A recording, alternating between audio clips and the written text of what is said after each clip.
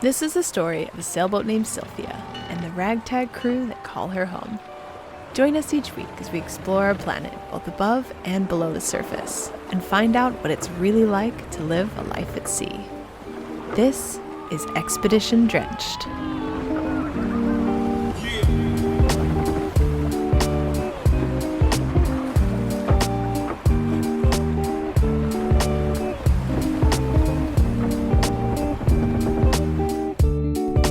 Last week on Expedition Drenched, we jump into the middle of the ocean with 3,000 meters of water beneath us, and we wait for the winds to pick up to take us the rest of the way to Niue.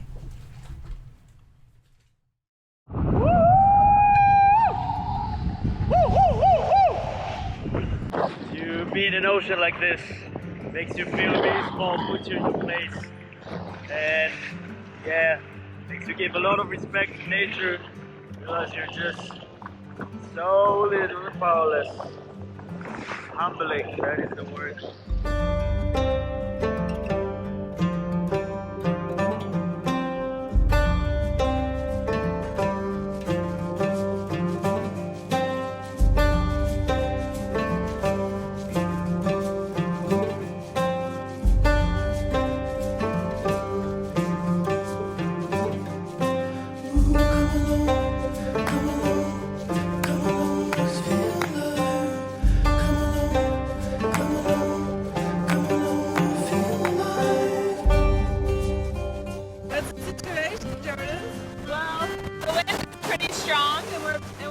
To point a little bit higher into the wind, and we tried just furling in the Niue a little bit, but then we didn't really have enough power to kind of charge through the waves.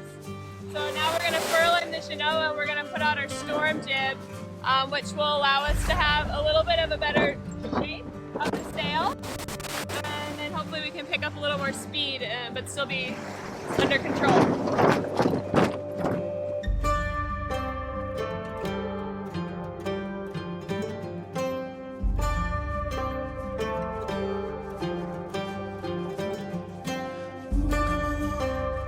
Nate, you saw your first boat? On AIS. Yes. We have a neighbor. How far is it away? About an hour. After 10 days, we find another soul on the sea. In this.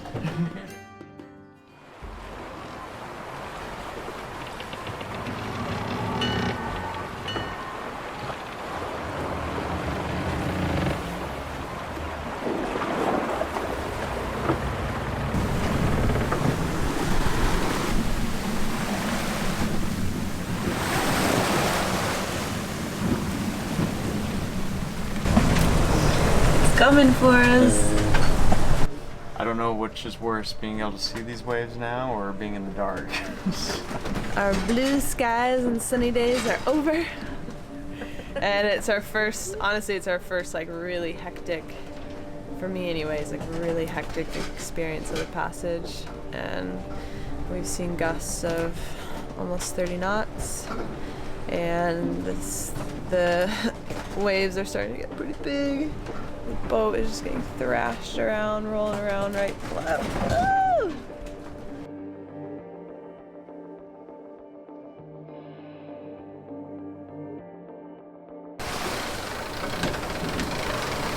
Never a dull moment. We went from 0 knots to 24 knots, like bam. We got a pretty good sized squall system that's coming through. And yeah, so we've been just reefing and reefing. I wish that the camera could show it. So we have like a trail of bioluminescence behind the boat. It's really cool. So yeah, it's a little hectic, but it's still beautiful all at the same time, right? So we've just gotten hit by 3 really large squalls back to back. We're still rocking, we're still rolling, and yeah, it's been fun. It has not been dull. Strap us down. Here we go. How did you sleep, Will? Good until an hour ago. I woke up at about 7:45 in the morning to the sound of like screaming, just like the worst screams that I've ever heard. And I ran upstairs and something had happened to Lucia. poor little Ocean got her hand caught in our furler on our Genoa furler this morning, actually. It's a little disheartening, and she's our most experienced crew member, so she knows to definitely keep your hands out of there, but what are you gonna do? Like, boats, they're always trying to hurt you, so you gotta be really careful with them, and she knows that. With Amir asked me to fix with him the drum who messed up, and so I went in the front. And my first mistake was to not ask to go broad and ease off the sheet and give some slack, so take out the tension out of the drum. And second mistake was to put my hand with my fingers direction to the drum. I asked to Amir to ease off slowly the furling rope, and he went super quick, a lot, like a meter, super quick, so I didn't get the time to take out my hand. My hand just went caught between the drum and the furling rope, so I kind of panicked at this time, and I think I woke up everyone. I was sleeping, and it was like a blood-curdling scream. I honestly thought somebody was getting murdered, and I ran up here. Anyway, just now I was up there. We've dealt with it a couple times, but just now there's a lot of tension on it, and Molly gave some slack for me to try to fix it.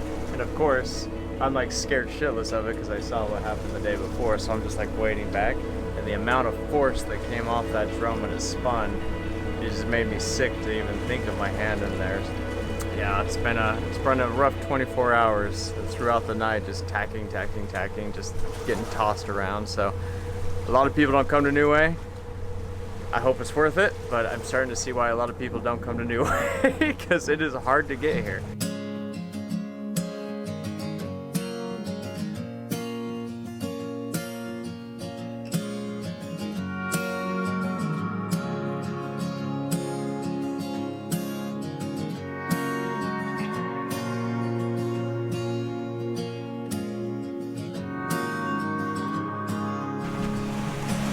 Look at you go. Hey, Did you ever think that a year ago that you'd be in the South Pacific driving a boat and 20 knots of wind? hell no, not like this, not with the waves. We've been out in the ocean for 12 days now. So I want to share with you a little bit how it feels. It's been hard, it's been good, it's been exciting. There's definitely ups and downs. It's definitely not easy, I'll tell you that. The other day I think Will asked me and I said it feels like I'm awake whenever I'm sleeping. You're always kind of a little bit awake, and whenever you're awake you're kind of sleeping. It's a very, very timeless experience. Time goes away, it's the first thing. You just get into this mesh of routine. Everything gets really, really hard. Cooking a meal is really hard when you're rolling. It's a very mental thing. You gotta be really strong in the mind to get up and get yourself to do stuff every time. Some things in life are not necessarily comfortable or fun, but they give you a different kind of satisfaction. This guy I once met called it fun type 2. So whilst you're there, you're not necessarily having fun, but it's a different type of fun. Yeah, it's something else. Adventurous people definitely know that feeling, and I'm thankful. I'm really thankful to be here. This is something I've been wanting to do for a few years. It's about to be over, so I'm glad to add that one to my bucket list, definitely. So the last couple days of getting to Niue have been challenging to say the least, and just kind of maybe sent us over the edge a little bit. So, but we're almost there. It's just the wind direction now is coming right into our face, so we're tacking to try to get there. And now it's night, so we don't want to get there at night. So we might just slowly tack our way through and arrive by morning.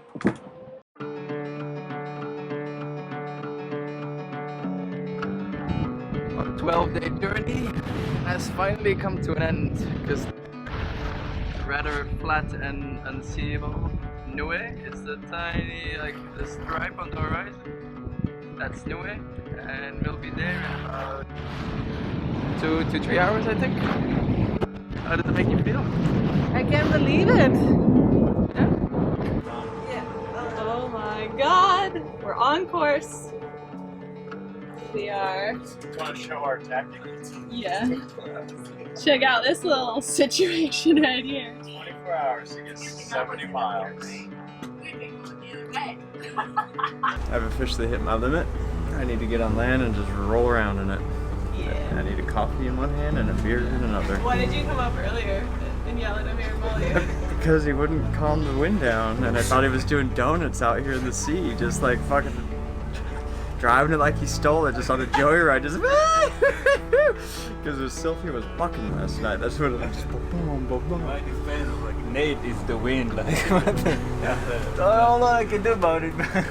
Like, I grabbed the wheel. I was like, no. And I was like, when I did it earlier, it was like this, and it was fine. And I did it. And I think it even sped up. I was just like, fine. Niue Radio. This is sailing vessel Sylvia. Do you copy? Come on, girl. Play hard to get now. Don't play hard. I see you chat with all those other boats. Slide right into your DM either way. Here I come. Here I come. Sliding in there. Ocean's probably downstairs like, what are these motherfuckers doing? Get me to land. She's all hopped up on pain pills. She's having a good one. Oh, this is us. This is us. We got the golden ticket. I do have one crew member that needs medical attention. The crew that is needed to be taken to the hospital, have that one cleared, over.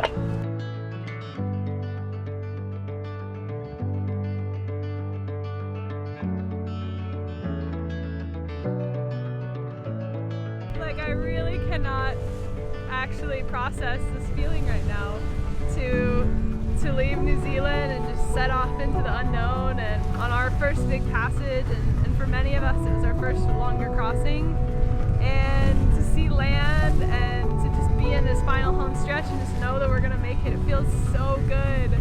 And now arriving to the island and seeing what a struggle these last few days have been, it makes it just feel so much more rewarding. And to show up and see that there's only like 2 or 3 other boats that are here in its busiest time of the year, definitely, makes us feel like we're doing something unique and something special, and we've definitely earned it, man.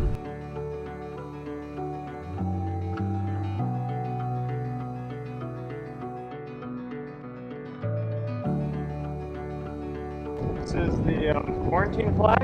You have to put it up before you get checked into the country. So then once you're checked in, then you put up a courtesy flag of that country. So we'll replace the quarantine flag for the Niuean flag when we get checked in soon.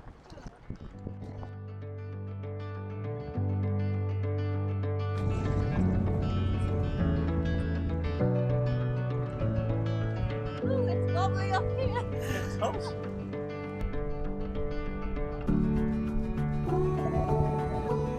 Good job, buddy. Okay, pump up and slowly start turning to port side.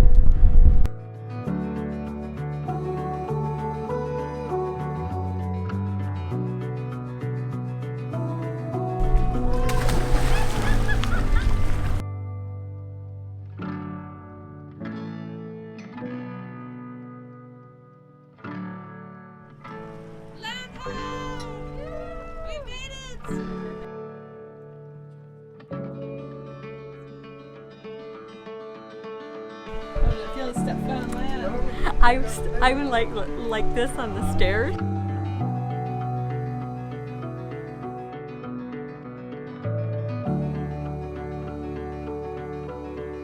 Cheers.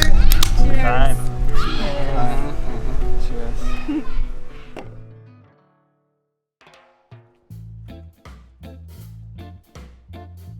Morning. I've just woken up for our first morning in Niue, and it was such a wonderful way to wake up and see the sea rolling into the big cliffs and the light bouncing off the palm trees. Yeah, I slept in the hammock last night, so this was my morning view. Just the best way to wake up.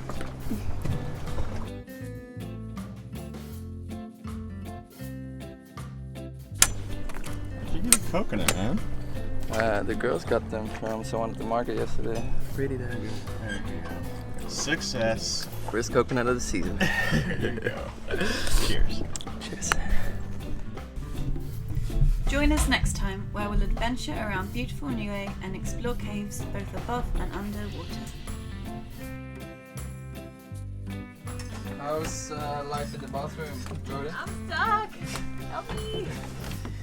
I don't know what happened. I shut the door like normal and now I can't get out. I think the octopus finally got her. I think I'm gonna have to live in here forever now. Feed me mashed potatoes through the crack. Help me. What the fuck? Oh, you saved me, baby. My anus? It's nice and salty.